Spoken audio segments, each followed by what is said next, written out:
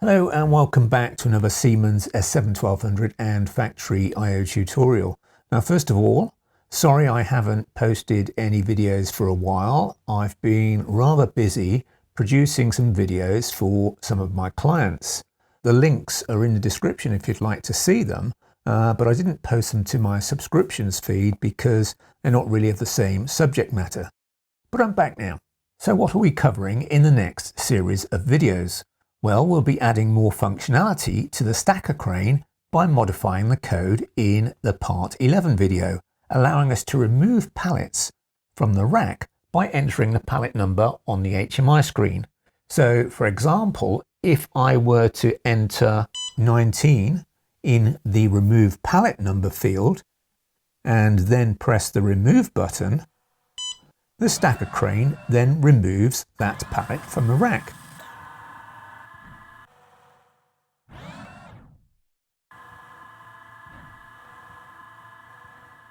So if you'd like to learn how we programmed this, then stay tuned.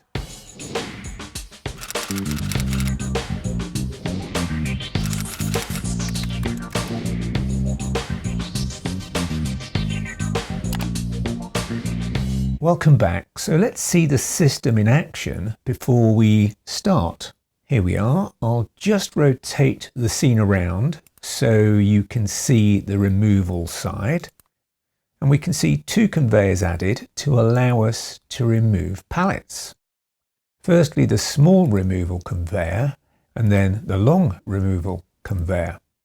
If I rotate it back again, then move the scene over to the left a little and zoom in, we can also see a sensor which we will use to detect when a pallet has passed.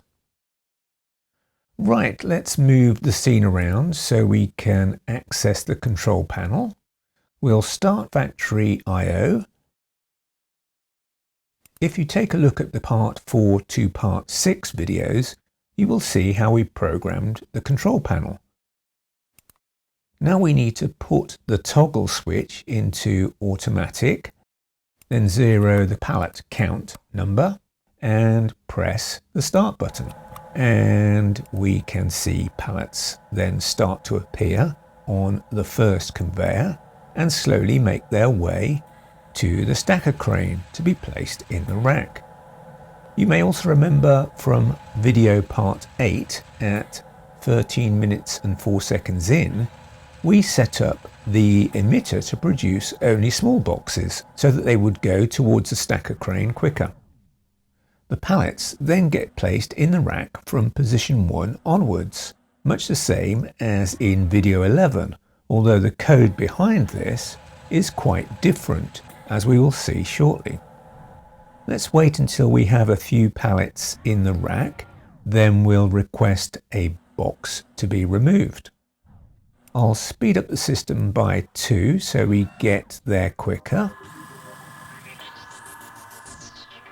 Okay, we have 3 pallets in the rack now, so we'll select pallet 2 to be removed by selecting the pallet number field on the HMI and typing in 2, then enter. Then we press the Remove Pallet Request button.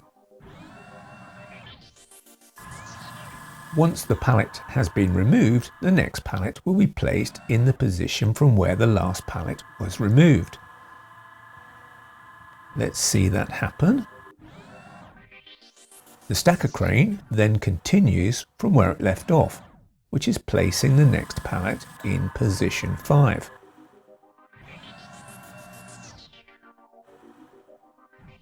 While this is going on, you can see Word MW58 updating to keep track of which places in the rack are filled. Note the least significant bit is not used, and we will see why that is when we start coding.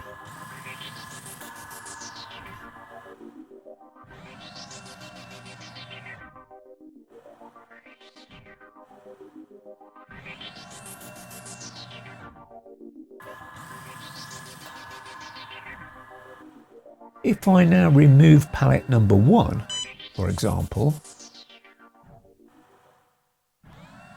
we can see that bit 1 in Word MW58 goes back to 0 when the pallet is removed, signifying position 1 is now available for the next pallet.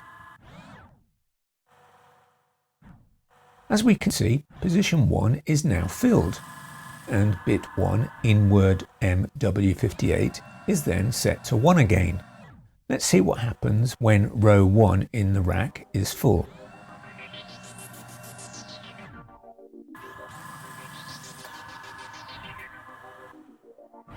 As we can see, the next row starts to fill, and this information is kept in MW60. So we can see that words MW58 to 70 keep account of the rack contents. We'll let the system place a few pallets on the second row, then we'll request pallet 11 to be removed on the HMI.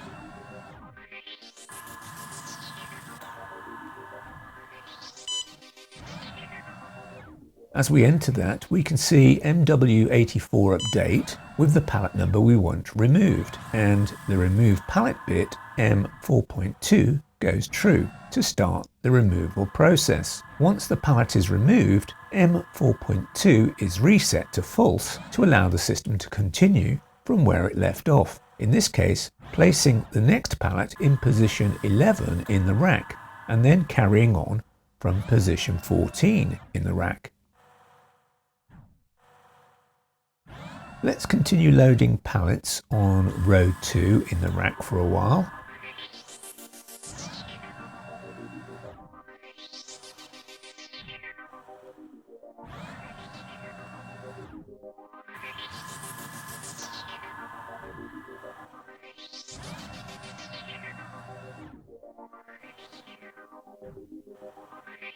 Then let's request the pallet in position 5 in the rack be removed and see what happens.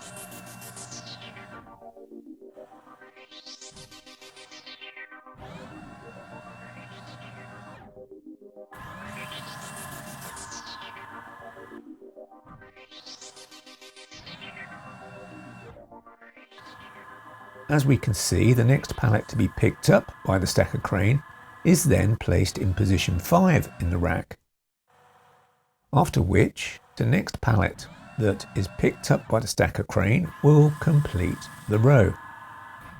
Now if we watch what happens to word MW62 as a pallet is placed in the rack, we see the least significant bit after position 0 go to 1, signifying position 19 in the rack, or position 1 on row 3 has now been filled.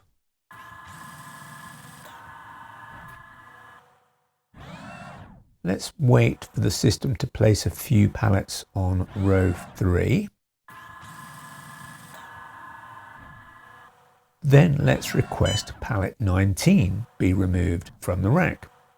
So again, the system completes the task it was on, in this case placing a pallet in position 22 in the rack before returning to remove pallet 19.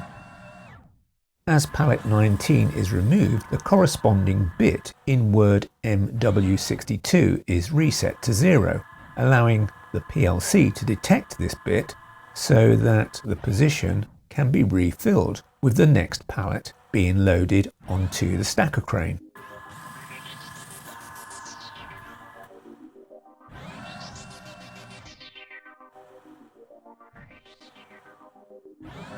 I think we get the idea by now, so let's just let row 3 fill before carrying out one last removal, namely pallet number 6 from row 1.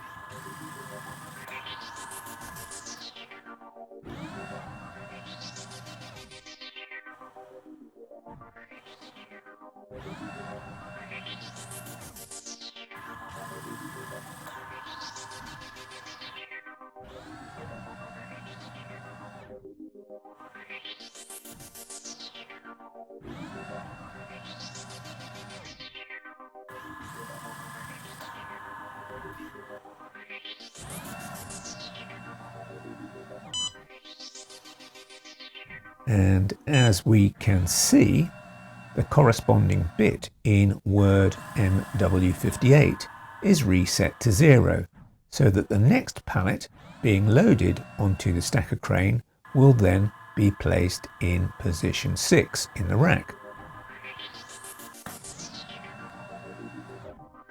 After which, row 4 will start to fill.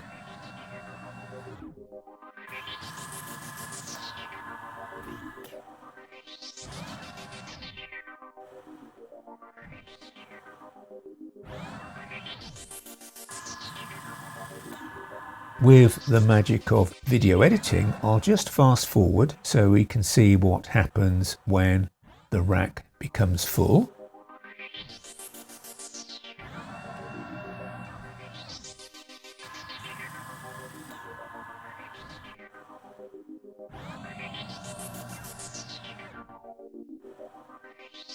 So we are about to place a pallet in position 54 in the rack, and as soon as that happens, bit M3.6 becomes true, which is used in the code to stop any further pallets being placed in the rack until a pallet is removed.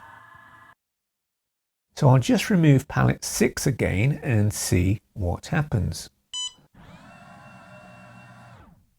M3.6, the all rows full bit, is reset to false, and the corresponding bit in MW58 is reset to 0, signifying that we now have a space in the rack where the next pallet can be placed.